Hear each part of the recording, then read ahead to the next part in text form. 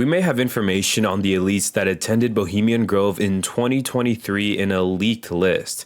Now, this was obtained by a journalist, and we'll get to that information in a little bit, but we've heard of the Epstein files, we heard of the Diddy parties, but what about the elites that are attending Bohemian Grove? I'm sure a lot of you know what this is already, but it's that secret cult meeting that the elites go to once a year in Northern California with the Big Owl, and they're known for the cremation of care ritual.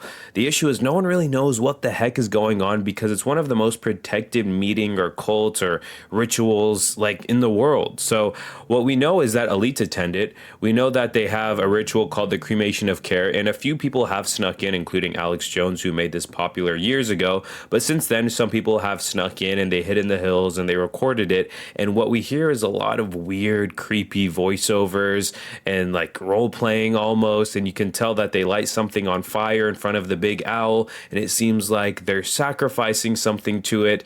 But who the heck is attending these meetings? Now, the article comes from the New York Post, posted it on February 26th, and it says some members of an elite super secretive men's club based in California wine country have allegedly been leaked, with names ranging from former late night host Conan O'Brien and billionaire former New York City Mayor Michael Bloomberg to ex-Google CEO Eric Schmidt.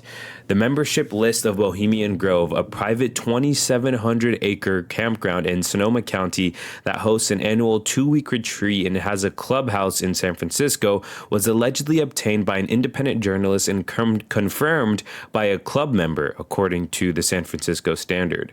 The extensive list has more than 2,000 members in 2023, and we need to go see exactly who's on this list so far. So here's the list of politics. We have Paul Pelosi. This is the husband of Nancy Pelosi. And you have a bunch of people that worked in the government, and you have a bunch of people that are extremely rich. But you can see former U.S. Secretary of State, judge, admiral, attorney general. I've never heard of these people. And then in the business side, you can see Mike Bloomberg. He's the founder of Bloomberg. And of course, again, you can see a lot of billionaires. You can see a lot of influential venture capitalists. There's the technology one with Eric Schmidt.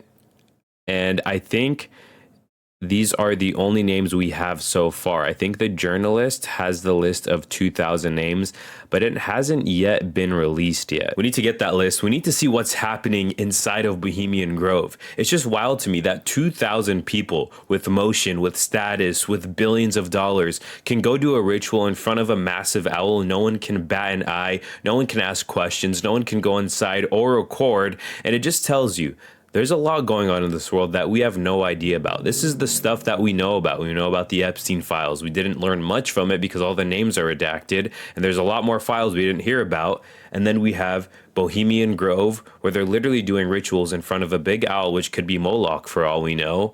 No one can talk about it. And then we have Diddy, which he had his trial. That was really just a show. Nothing happens at the end of the day. Do you get that? Diddy's in prison for what, like a year? And then he's going to go back to his normal life after everything? Oh, and by the way, I don't know if you saw, but the CEO of the World Economic Forum just resigned because of his ties with Epstein. You can't make this up. The World Economic Forum is meant to bring the world together. It's a platform where world leaders come together and they talk to each other. So the CEO of that, of bringing all the world leaders together, the CEO was found in the Epstein files. In 2010, he was having dinner with Epstein. I think they said 3 times. He was also found in some emails and some text messages.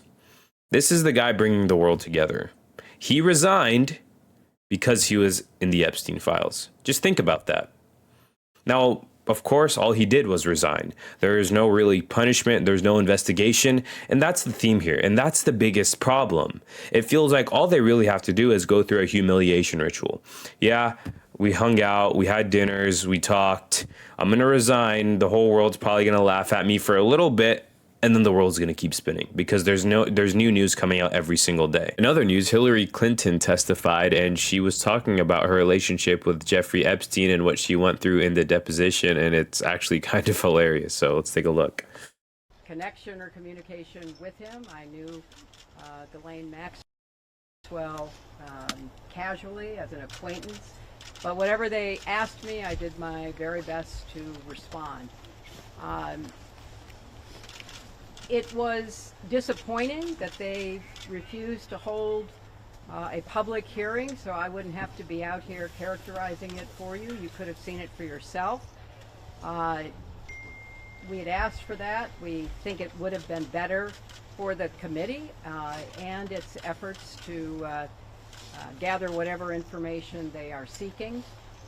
We had a bit of a challenge in the beginning because we had agreed upon rules based on the fact it was going to be a closed hearing at their demand, and one of the members violated that rule, which was very upsetting because it suggested that they might violate other of our agreements.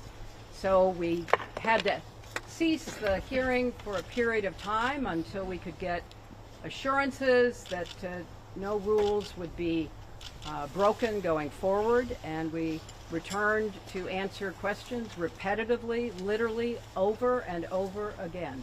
I don't know how many times I had to say I did not know Jeffrey Epstein. I never went to his island. I never went to his homes. I never went to his offices. So it's on the record numerous times. It then got, at the end, quite unusual because I started being asked about UFOs and a series of questions about Pizzagate, one of the most vile, bogus conspiracy theories that was propagated on the internet.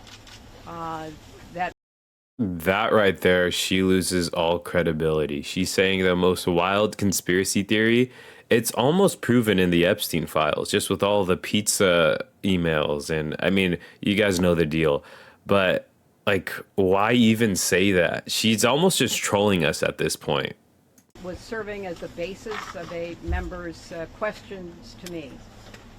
So I can only say that the best exchange that I had came at the very end, when, contrary to every other deposition they have taken, no Republican member asked any questions about Jeffrey Epstein or Ghislaine Maxwell to anyone else they have deposed.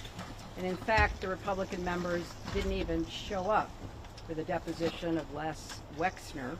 She was then asked about Bill Clinton, who will be testifying next, and obviously has a lot of pictures with Jeffrey Epstein and a lot of files and a lot of flight logs and all of that. And just listen to this. You spoke in your opening remarks about how heartbroken you have been for the Epstein survivors as these files have come out. Can you talk to us a little bit about how you have processed and reacted to the fact that the former president, your husband, Bill Clinton, is referenced in the Epstein files numerous times, including in some photos featuring women? And how have you been personally preparing for the deposition that is coming tomorrow? Are you 100% confident that there isn't anything that the former president knows about Epstein's crimes? I am, and I think the chronology of the connection that he had with Epstein ended several years before anything about Epstein's criminal activities came to light, and that he was charged and sadly given a sweetheart deal, which, as I said in my statement, had that not happened, perhaps his predatory behavior could have been stopped earlier. But I think it is fair to say that the vast majority of people who had contact with him before his criminal pleas in 2008 were like most people. They did not know what he was doing. And I think that that is exactly what my husband will testify to tomorrow. Madam Secretary,